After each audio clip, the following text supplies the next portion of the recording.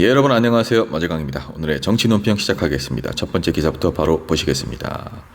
당명이 문제, 상식적이지 않다. 불참 이유 놓고 신경전. 이낙연 새로운 미래 공동대표가 조응천 이원욱 의원이 공동창당에 참여하지 않은 건 당명이 문제가 됐기 때문이다 라고 밝혔습니다. 이낙연 대표는 오늘 한 라디오 방송에서 창당대회 당일 오전에도 두 의원과 통화를 했다. 이원욱 의원은 참석하겠다고 했는데 직전까지 함께 하기로 했다가 불참해 더 놀랐다라고 얘기를 했습니다. 당명을 두고 일주일 내내 줄다리기를 하는 게 조금 이상하다고 느꼈다. 상식적이지 않았다. 이낙연 대표는 통합 과정에서 두 의원이 원칙과 상식으로 돌아가자고 했지만 반대했고 그러다 개혁미래당이 나왔지만 두 의원이 받아들이지 않았다라는 거죠. 공동창당이 흡수통합이라는 두 의원의 주장에 대해서는 역으로 우리가 흡수되는 것이나 다름없었다라고 반박을 했습니다. 이원욱 의원 결국 당명이 발목을 잡았다고 말을 했죠. 실제로 국민들이 볼 때는 굉장히 사소해 보일 수 있는데 저희 내부에서는 당명에 대한 논쟁들이 굉장히 컸다. 최소한 당명만은 우리가 가져가자. 그러면 최소한 여기 민주당 탈당파 3인의 의원들이 뭔가 하려고 하는구나. 조응천 의원은 당명 문제는 일부분에 불과하다. 협상 과정을 언급하는 건 빅텐트를 완성하는 데 도움이 되지 않는다라면서 말을 아꼈습니다. 이렇게 서로 우리가 저쪽에 흡수당하는 것 같다 이런 말들이 오가고 당명을 가지고도 설왕설래하는 모습. 이분들이 주장하는 제3지대 빅텐트가 구성이 되려면 서로 기득권을 내려놔야 되는데 지금 새로운 당을 창당하고서도 여기에서도 못 내려놓고 있죠. 빅텐트를 만들면 뭐합니까? 거기서도 또 이전 투구가 벌어질 텐데요. 본인들을 키워준 민주당을 나가면서까지 신당을 만든 이유가 뭡니까? 이러려고 만든 겁니까? 각자의 이름을 알리고 치하를 받으려고 그래서 만든 거예요? 그게 아니라고 하지 않았습니까? 그동안 그리 부르짖던 개혁, 양당 체제 극복 이런 것들과는 너무 괴리가 있는 모습 아닙니까? 지금 이 모습들은. 그리고 두 개 당도 하나를 못 합치면서 무슨 제3지대 빅텐트를 구성을 합니까? 이분들을 믿고 따라 나선 당원들이나 지지자들은 뭐가 됩니까?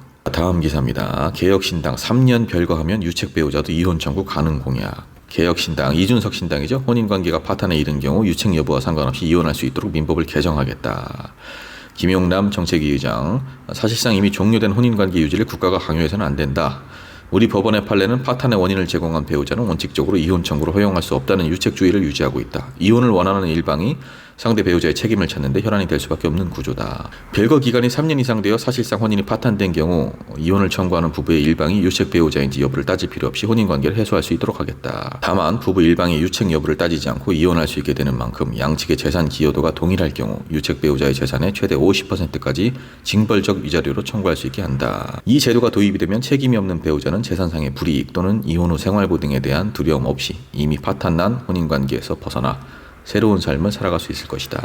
여러분, 이준석 신당 이게 얼마나 어이가 없는 공약이냐면요. 그냥 이해하기 쉽게 이야기를 해보겠습니다. 돈 많은 한 남자가 있습니다. 그런데 바람을 핍니다. 그 남자가.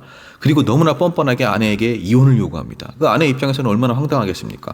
당장이라도 정말 이혼해주고 싶지만 너무 괘씸해서 그럴 수는 없죠. 그래도 외도를 한 사람과는 같이 살 수가 없기 때문에 별거에 들어갑니다. 그런데 별거를 한 후에 3년이 지나니까 이 이준석 신당에서 만든 새로운 이 법 때문에 외도를 한 남편이 본인이 잘못을 해놓고서 이혼을 청구를 할 수 있는, 이거 어처구니 없는 상황이 벌어지는 거예요. 그리고 이 바람핀 남자는 서두에 밝혔듯 돈이 많습니다. 아내는 열심히 가사노동을 하고 아이를 키우느라 경력도 단절되고 경제활동은 당연히 남편만큼 따라가지 못했겠죠. 그리고 갖고 있던 재산도 남편보다 부족하다라고 가정을 한다면 재산 기여도도 당연히 모자라겠죠.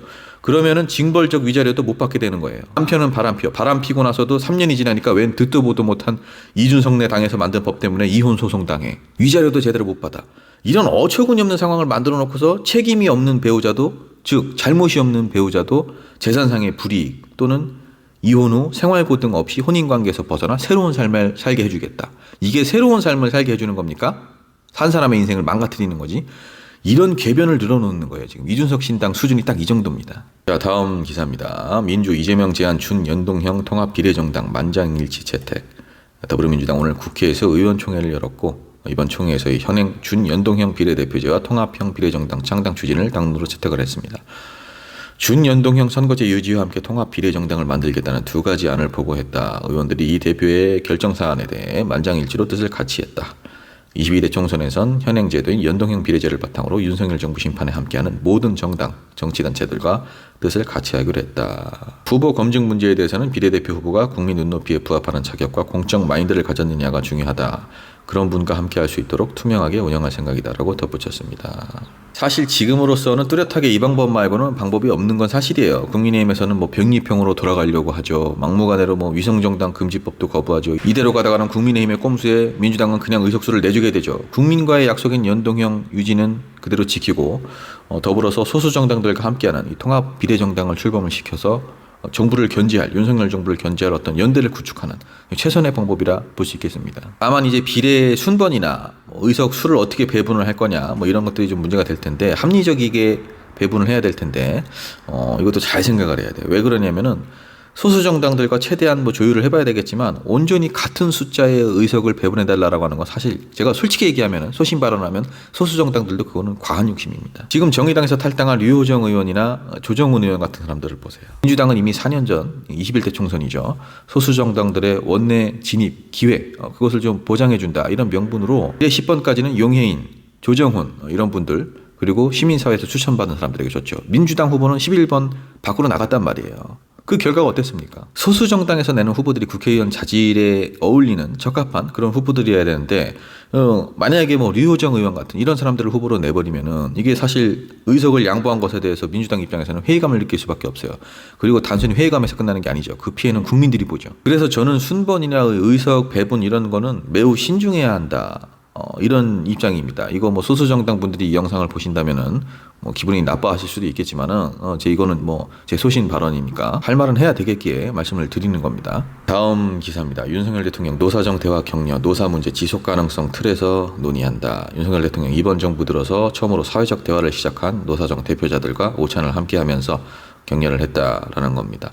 노사 문제는 단순히 이해관계를 달리하는 집단 간의 문제가 아니라 사회의 지속 가능성이라는 큰 틀에서 논의되어야 한다. 사회에 대한 애정, 후대에 대한 사랑, 국가에 대한 애국심의 측면에서 지속 가능한 미래를 만들어간다는 공동의 목적의식으로 대화해 나간다면 해결되지 않는 문제가 없을 것이다.